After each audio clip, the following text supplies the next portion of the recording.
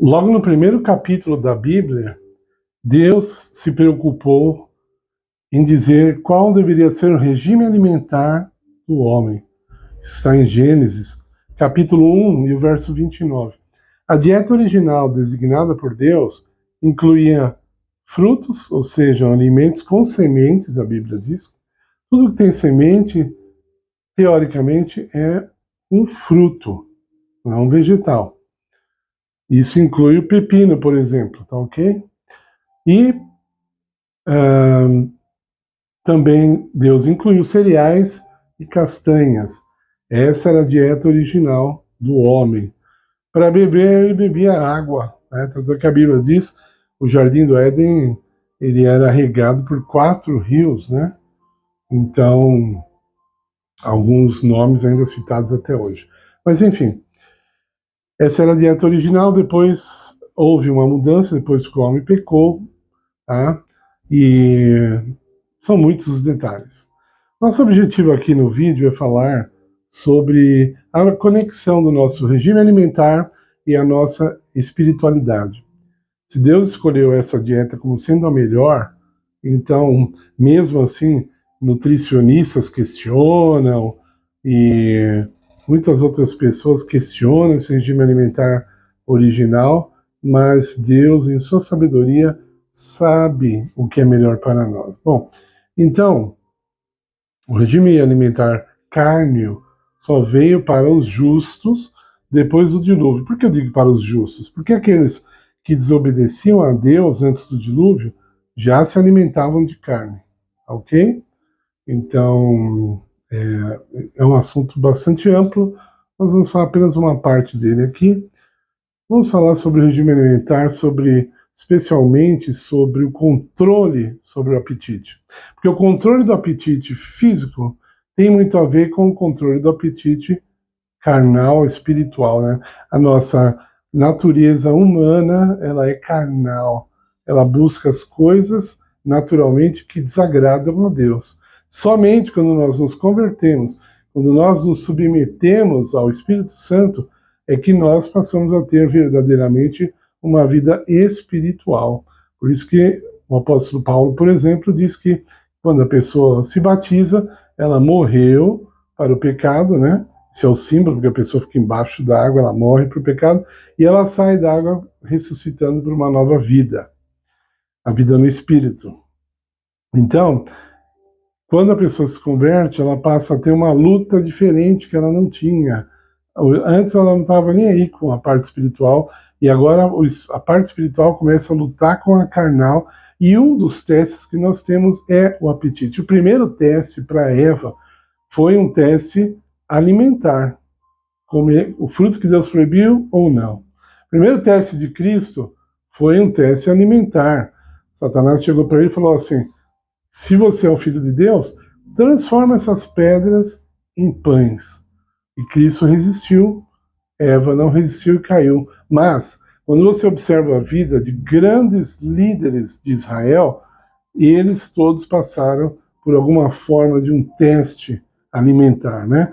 Moisés jejuou 40 dias, Elias, o profeta Elias jejuou 40 dias, Sansão teve um regime alimentar especial desde o ventre da sua mãe, guiado pelo próprio Deus, próprio Deus falou com a mãe dele qual devia ser o regime alimentar de Sansão.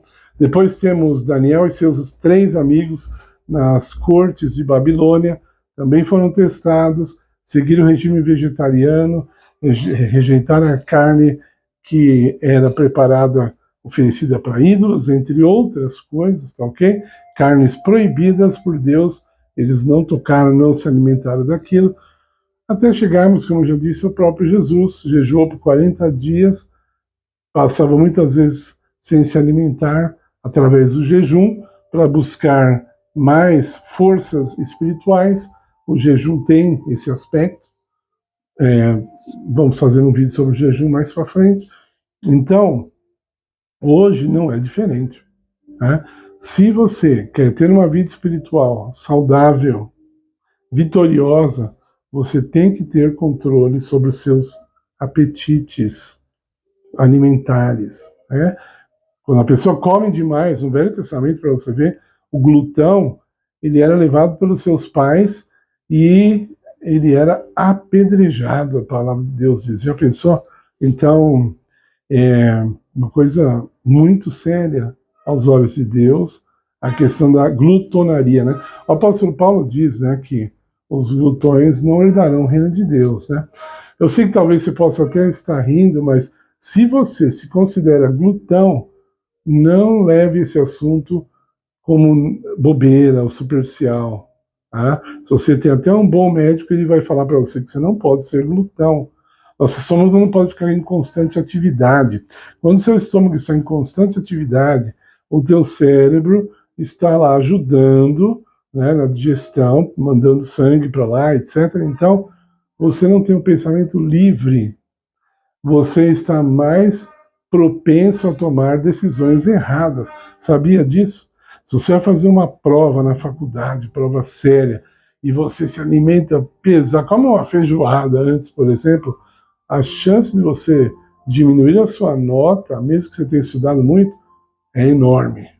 Enorme. Porque seu sangue vai ficar mais lento, o processo de digestão exige bastante energia, etc.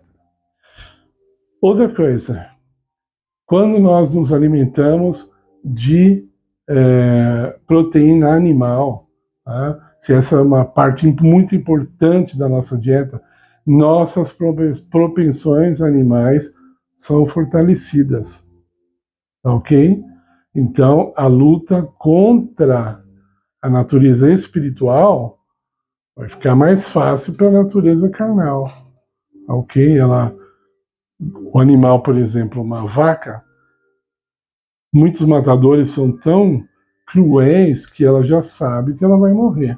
Ela sabe, ela fica com medo, ela começa a jogar coisas para o sangue dela, quimicamente falando, que não são os melhores para a saúde, né? Isso afeta a carne dela, tal, e depois você come e parte desse veneno ou dessa experiência que a vaca teve vem para você. Vem para você. Então, é necessário, sim, ter controle sobre aquilo que comemos, se nós quisermos, e a quantidade do que nós comemos, se quisermos ter saúde espiritual. Se você é dominado pelo apetite, não espere vitória. Aí você pode orar, achando que vai, mas você não vai conseguir. As tendências à sua queda aumentam quando você não controla o seu apetite. Elas aumentam. Ok? Então, devemos ser bem seletivos naquilo que nós vamos comer, devemos ser bem seletivos na quantidade do que nós vamos comer. Dessa forma, estaremos agradando ao nosso Criador, estaremos preservando o nosso templo, que a Bíblia diz que é o templo do Espírito Santo, nosso corpo é o templo do Espírito Santo, né? 1 Coríntios 3,16, o apóstolo Paulo diz assim, não sabeis, é uma pergunta até, não sabeis vós que o vosso corpo é o templo do Espírito Santo? Imagina, ele estava pregando isso para os gregos, né? Imagina os gregos pensando nisso, como assim, templo do Espírito Santo? Então, e ele diz assim, quem destruir esse corpo, Deus o destruirá. Nós não temos autoridade de fazermos nenhuma espécie de suicídio. Muitos cometem suicídio através da alimentação ou através da bebida alcoólica, por exemplo. Aos olhos de Deus é suicídio. A pessoa sabe que está fazendo mal e vai, né, intoxicando o corpo e destruindo o corpo. Veja, nós gostamos de orar no Pai Nosso, né? Livra-nos do mal. Será que nós temos coragem de falar para Deus, livra-nos do que faz mal? E aí eu faço uma pergunta para você. As coisas que fazem mal para o corpo são aprovadas por Deus? Se Deus é o bem supremo, se Deus é o bem completo, pleno, aquilo que faz mal pode vir de Deus? Deus sanciona, Deus aprova que nós usemos daquilo que faz mal? É uma pergunta bem simples, né? Bem fácil de responder. Que Deus tenha misericórdia de nós, que possamos dar valor a isso. Hoje em dia, graças a Deus, com as informações da internet e coisas semelhantes, muitas pessoas têm sido alertadas para isso, sabendo que o excesso de peso é doença, não é bonitinho, tá? Tem mulheres aí que falam assim, ah, sou uma gordinha charmosa. Isso aí, para a saúde, a gordura não faz bem, ok? Muito cuidado. Lógico que tem pessoas que têm mais tendência que outras, eu não sou ignorante, mas se você tem tendência a ter mais peso, fique atento, né, ao seu sangue e não despreze o que foi falado antes. Se alimente de maneira correta. Se ainda assim você ficar com sobrepeso, é sua natureza mesmo, não tem muito o que fazer, né? Afinal de contas, a gente costuma dizer, o elefante, o hipopótamo, o rinoceronte, né, são vegetarianos e são bem pesados, né? Então, que nós possamos dar atenção a essa mensagem divina. A Bíblia se preocupa muito em falar sobre regime alimentar, e ela fala isso várias vezes, muitas vezes até em Salmos. E às vezes a pessoa vai rejeitando, lê por cima, lê rápido e não presta atenção, tá? Mas eu falei no primeiro capítulo, está falando sobre regime alimentar, no penúltimo capítulo fala de novo, né, da árvore da vida, que vai servir para a saúde das nações, né?